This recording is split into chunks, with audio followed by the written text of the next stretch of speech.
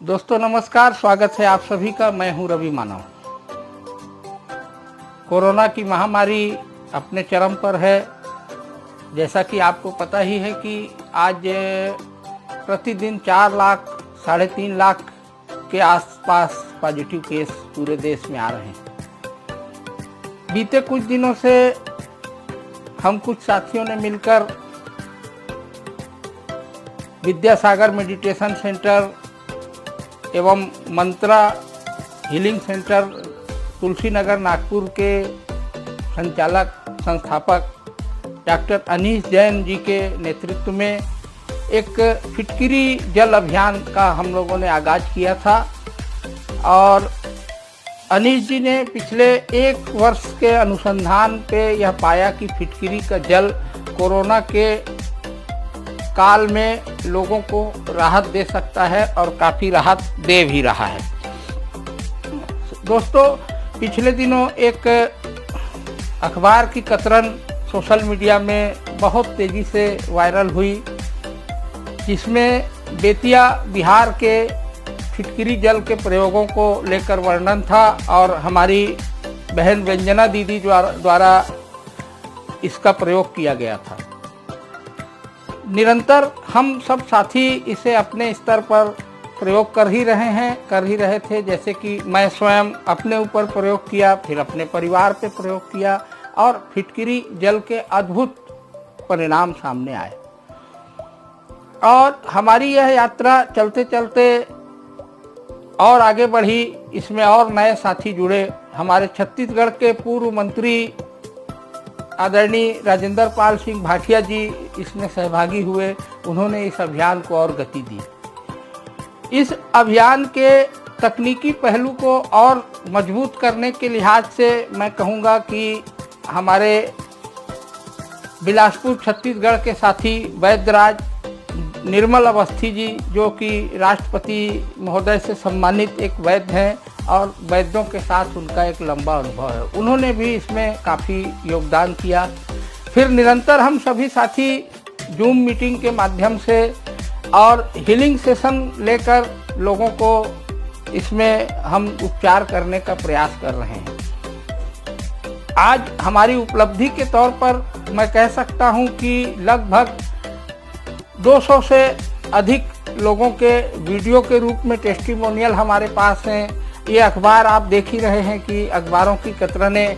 हमने बीच में आपको बताना चाहूँगा कि एक जूम के माध्यम से एक हमने प्रेस वार्ता का भी आयोजन किया, जिसमें कि देश भर के पत्रकारों को आमंत्रित करके हमने अपने पूरे इस फिटकिरी के प्रयोगों को और अनुभवों को साझा किया। बड़ा अच्छा इसका भी एक परिणाम रहा और बहुत अच्छा रिस्पांस हमारे मीडिया के साथियों ने किया। तरह तरह से आप ये जैसा कि देख रहे हैं अखबारों की कतरनों में कि लोगों ने हमारे इस पूरे विचार को, हमारे इस पूरे फिटकिरी के अभियान को प्रिंट मीडिया में भी खूब अच्छा स्थान दिया। तो इन सब बातों को अनुभव के आधार पर मैं यही कहना चाहूँगा कि आज जो समय है, आज जो महामारी का संकट है, ऐसे समय में लोगों के लिए छोटी सी भी राहत बहुत बड़ी राहत बन रही है। बहुत बड़ा योगदान उनके जीवन को बचाने में हो रहा है। हाँ, ये मैं भ्रम को थोड़ा सा दूर करना चाहूँगा कि फिटकिरी जल से ऐसा कोई दावा हमारे किन्हीं साथियों का या हमारा नहीं है कि ये कोरोना की दवाई है, क्योंकि कोरोना तो एक अलग से बीमारी के रूप में इसकी दवाई एलोपैथी में भी नहीं है, सरकार के पास भी नहीं है। सरकार भी आज क्या कर रही है मित्रों, केवल सिम्टम्स का इलाज कर रही है। आपके सर्दी का, आपके खांसी का, आपके बुखार का, इस तरह से जो लक्षण है, लक्षणों का इलाज ही एलोपैथी भी कर रही है। और हम फिटकिरी जल के माध्यम से किसी मरीज को ये आश्वासन दे सकते हैं कि उसे अस्पताल जाने से बचाया जा सकता है। और जिस समय में अस्पताल हमें क्यों जाना पड़ता है कि ऑक्सीजन लेवल की कमी होती है। तो जो ऑक्सीजन लेवल की जब कमी होती है तो उस कमी को दूर करने के लिए फिटकिरी जल बड़ा कारगर काम करता है। और उसके पीछे एक विज्ञान है।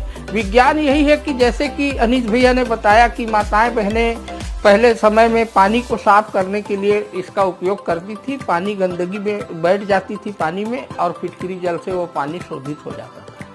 तो ठीक वही प्रक्रिया कि आज मानव शरीर में 80% के लगभग जल है, मानव पानी है, तो उसमें भी जो गंदगी है फिटकरी जल जैसे ही जाता है उस गंदगी को नीचे बैठा देता है।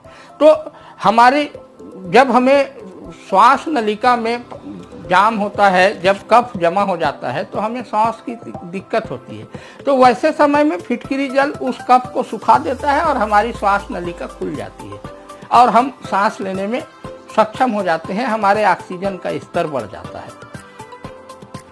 फिटकरी जल कैसे बनाया जाता है इसको लेके हमने पहले ही वीडियो बनाया हुआ है, आप इस लिंक पे जाके आप इसे देख सकते हैं और फिटकरी जल स्वयं भी बना सकते हैं।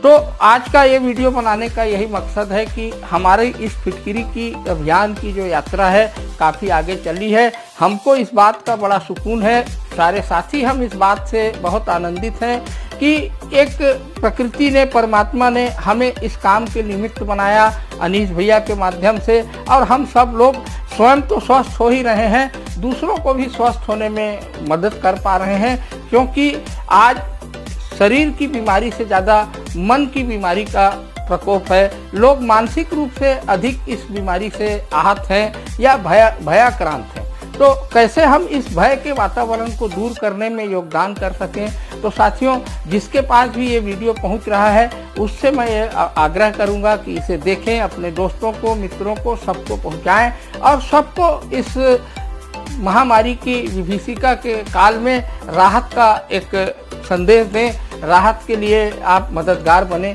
यही ईश्वर से कामना है। आपने इतने देर मेरे इस वीडियो को देखा, सुना, इसके लिए आपका हृदय से आभारी हूँ। नमस्कार, जय हिंद, जय छत्तीसगढ़।